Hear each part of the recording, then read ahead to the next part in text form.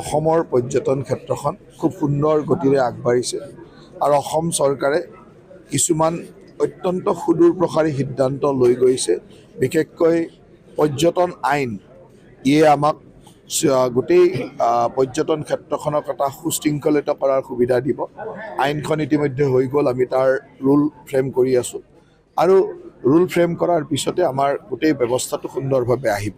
ঠিক তেনেদৰে পৰ্যটন ক্ষেত্ৰখনত এটা পৰিৱেশ যেতিয়াৰ পৰা অসমলৈকে আহিছে তেতিয়াৰ পৰা পৰ্যটন ক্ষেত্ৰখনত প্ৰতিটো বছৰে পৰ্যটকৰ সংখ্যা বৃদ্ধি হৈছে আৰু মই ভাবোঁ যে পৰ্যটন ক্ষেত্ৰখনৰ জড়িত লোকসকলৰ ইয়াত যথেষ্ট অৰিহণা আছে। ট্যুৰ অপাৰেটৰ এছ'চিয়েশ্যন অৱ আছামেই হওক বা hoteliers and restaurant association of আছামেই হওক, সকলোৰে বিশেষ ধৰণৰ অৰিহণা আছে। আজি তেখেতসকলৰ 14th এনুৱেল কনভেনশ্যনত মই উপস্থিত থাকিলোঁ আৰু ভাল লাগিল, কিছু কথা শ্বেয়াৰ কৰিলোঁ আৰু পৰ্যটন ক্ষেত্ৰখনক আগবঢ়াবৰ কাৰণে অসম চৰকাৰে এতিয়া যথেষ্ট নতুন চিন্তা চৰ্চাৰে আগবাঢ়িছে আৰু সেই কামবিলাক কিছুদিন পিছত যেনেকৈ আমি আজিৰ পৰা 5 বছৰ আগত কৰা কামবিলাকৰ সুফল আজি দেখিছে, আজি কৰা কামবিলাকৰ 3 বছৰ 2 বছৰ পিছত দেখিব, কিন্তু আমি এটা সুন্দৰ গতিৰে কামবিলাক কৰি গৈ আছোঁ।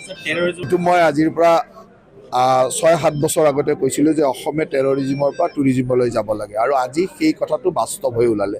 আজি অসমত সকলো সশস্ত্ৰ বিপ্লৱী সংগঠনে সুন্দৰভাৱে অস্ত্ৰ সম্বৰণ কৰি মূলসুঁতিলৈ আহিছে আৰু এটা পৰ্যটনৰ সুন্দৰ পৰিৱেশ গঢ়ি উঠিছে আৰু যাৰ কাৰণে প্ৰতি বছৰে পৰ্যটকৰ সংখ্যা প্ৰতি বছৰে বৃদ্ধি হৈ গৈ আছে। গতিকে মই ভাবোঁ যে সেই পৰিৱেশলৈ আমি আহিলোঁ। আজি বন্ধ নাই, আন্দোলন নাই, ক'তো হিংসা হত্যা নাই, গতিকে মানুহ অসমলৈ আহিবই।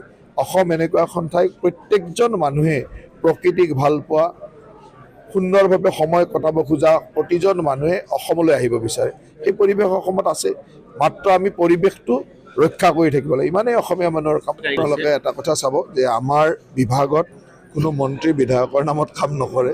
যোনে কাম কৰে আমি কণ্ট্ৰেক্টৰ হিচাপে চাওঁ। ইতিমধ্যে আমাৰ বহুত কণ্ট্ৰেক্টৰৰ কাম কেঞ্চেল কৰা হৈছে, ব্লেকলিষ্ট কৰা হৈছে।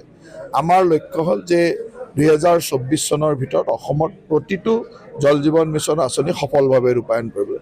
এতিয়ালৈকে আমি প্ৰায় 8,000 আঁচনি কৰিলোঁ, সম্পূৰ্ণ সফল, আৰু বাকী প্ৰায় 27,000 আঁচনি আছে। গতিকে 27-28,000 আঁচনি কমপ্লিট কৰিবৰ কাৰণে সময় লাগিব আৰু আমি সেই গতিৰে কৰি আছোঁ। মই ভাবোঁ যে ই এটা বৃহৎ আঁচনি আৰু বহুত ডাঙৰ পৰিকল্পনাৰ প্ৰয়োজন, কাৰণ অসমত স্বাধীনতাৰ 75 বছৰত 1% মানুহে পানী পাইছিল।